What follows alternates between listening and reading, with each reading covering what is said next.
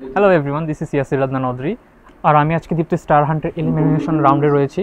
Perfect ছিল I don't know, but আমার মনে হয়েছিল যে ডিরেক্টর কিছু একটা ভেবে আমাকে রোলটা দিয়েছে, তো আমি ওইটা ধরে নিচ্ছি যে এটা আমি করতে পারবো, আমার দ্বারা হবে, আর আমি ওই হিসাবে নিজের সেরাটা দিয়েছি। এটা তো মনে হয় স্বাভাবিক যে আমার কমফোর্ট রেঞ্জের মধ্যে যদি কোনো রোল দিত হয়তো আরও বেটার করতাম। আবার এটাও মনে হয় এই সেম রোলটা যদি আমি আরেকবার করতে পারতাম ওইটাও আমি আরও বেটার করতে পারতাম। তো হ্যাঁ, আমার মনে হয় অন্য রোল দিলে হয়তো আরও বেটার করা সম্ভব ছিল। আমার একটা ক্লিপ অলরেডি অনেক ভাইরাল হয়েছে বখাটের, বাট আমার মনে হয় যদি এমন কোনো রোল থাকতো যেটাতে কিনা দুঃখ অনেক বেশি প্রাধান্য পেয়েছে, মানে হারানোর দুঃখ এরকম কিছু, বা একদম আদার স্পেকট্রামে কমেডিক কিছু হলেও হয়তো আমি ভালো করতে পারতাম। বাট এখন যেটা করেছি এটাও আমি আমার সেরাটা দিয়েছি। So let's see. বোথ, দুইটাই। আর একটা হলে যে আরেকটা হতে পারবে না এটা কোনো কথা নেই। আমি অভিনয় ভালোবাসি, আর অভিনয় করব। আর আমি মনে করি সাকসেসের মিনিং এক এক জায়গায় এক এক রকম, বাট আমি মনে করি অভিনেত্রী হলে সাকসেসের একটা মিনিং হচ্ছিল আপনাকে মানুষজন চিনবে। সো ফেমটা চাইতে হবে, সাকসেসফুল হইতে হলে ফেমটা চাইতে হবে, আর ভালোবাসার জায়গাটা থাকলে আপনি ওটা অর্জন করতে পারবেন। তো আমি দুটার জন্যই করি, ভালোবাসার জায়গা থেকে ফেমের জন্য। সো আমি রাহাত চরিত্র অভিনয় করেছি। লেটস সি জাজেসদের পছন্দ হয় কি হয় না, আই এম হোপফুল। তো দেখা যাক কি হয়। By everyone.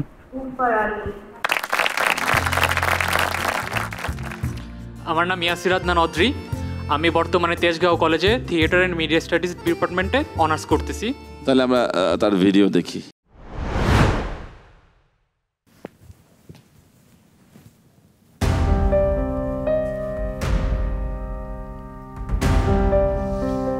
অনেক ধকল গেছে রাহাত, ঘুমিয়ে পড়ো। ধকল তো তোমার উপর দৌড়ে গেছে রানু, তুমি তো ঘুমাচ্ছ না। তোমার অনিচ্ছা সত্ত্বেও তোমাকে এমন একটা বাড়িতে এনেছি, এমন একটা ঘরে থাকছি যেখানে আগে বিধি থাকতো। সেই বিধিকেই কিনা আজকে। অনেক রাত হয়েছে, ঘুমিয়ে পড়ো রাহাত। আমার উপর বিশ্বাস রাখো রানু, আমি যে করেই হোক কোনো একটা কাজের ব্যবস্থা করবি। গাজী গ্যাস স্টোভ রান্নায় আনে শিল্পের ছোঁয়া। আর যদি তা করতে না পারি তাহলে গাড়ি চালাবো। যদি তাও না হয় তাহলে কোনো রেস্টুরেন্টে। রাহাত, এসব তুমি কি বলছো? তুমি এইসব কেন করতে যাবে? আর যদি ঠিকঠাক মতো চাকরিটা পেয়ে যাই তাহলে বড় একটা বাসা নেব। এত বড় বাসা নেব যেখানে চাইলে পুরো সরকার পরিবারকে রেখে দেওয়া যাবে। তখন দেখবে কেউ আর এই রাহাতকে অপমান করার সাহস পাবে না। দুর্বল সময়ে মানুষের অপমানগুলো খুব মনে লাগে, তাই না রানু? তুমি আমাকে কথা দাও রাহাত, আমরা যে করেই হোক না কেন একটা চাকরি ম্যানেজ করে ওই ফারিয়া নামের দুঃস্বপ্ন থেকে অনেক অনেক দূরে চলে যাব।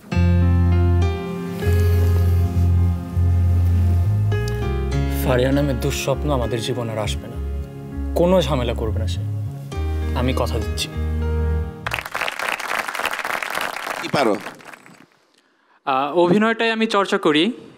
আর যদি কিছু দেখাতেই বলেন তাহলে গতকালকের আগের দিন মৌয়ের সাথে এমনি মজা করতে করতে আমি একটা নাচ তুলেছিলাম 20 সেকেন্ডের। ওকে, লেটস সি দিস 20 সেকেন্ড।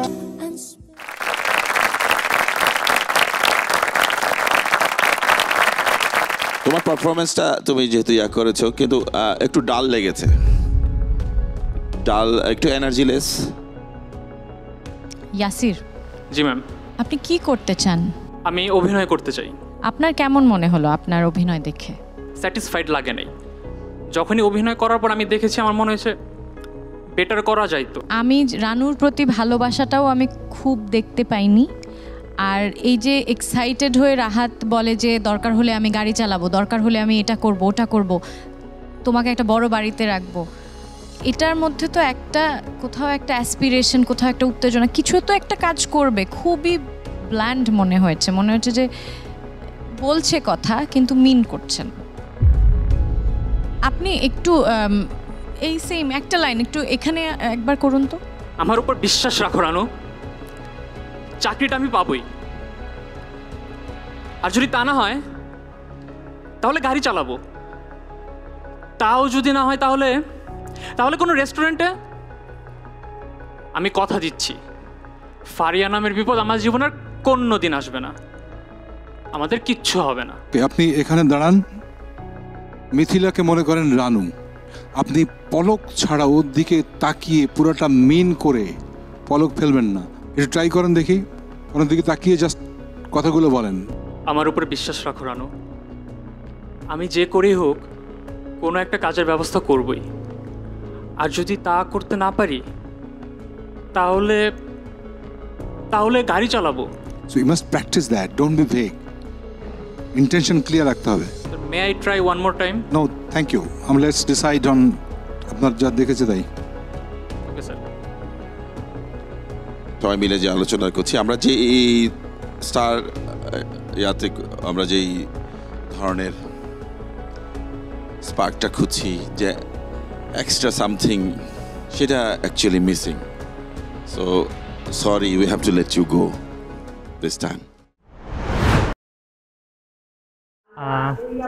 আমি আমার সেরাটা দিয়েছিলাম, বাট জাজেসদের পছন্দ হয়নি। তারা যে স্পার্কটা খুঁজছিল ওটা আমার মধ্যে ছিল না। তো আমি চেষ্টা করব পরবর্তীবার যদি এরকম সুযোগ জাজেসদেরকে দিব না, যাতে তারা বলতে পারে যে আমার মধ্যে স্পার্ক ছিল না। আমি আরও নিজের সেরাটা দিয়েছিলাম, বাট নিজেকে আরও বেটার করে নিজের সেরাটা দিব। অ্যান্ড হোপফুলি নেক্সটবার আমি জাজেসদের কনভিন্স করায় ছাড়বো। আমি অ্যাক্টিং আরও বেশি ডেফিনেটলি ফোকাস হবো, মোটেও ছেড়ে দিব না, এরকম কোনো কিছুই না। আমার এখন মন খারাপ হচ্ছে না, বাট এটা নেওয়ার পর একটু মন খারাপ হবে, স্বাভাবিক। কিন্তু এর জন্য আমি অ্যাক্টিং ছেড়ে দেবো না, বা অ্যাক্টিংয়ের প্রতি আমার ভালোবাসা একদমই কম। আর এটাই আমি পারসিউ করবো। আমার লাইফের গোল ফিক্স, আমি অ্যাক্টিংই করবো। সামনে দাঁড়াবার খুঁজছে তোমায় মঞ্চ তোমার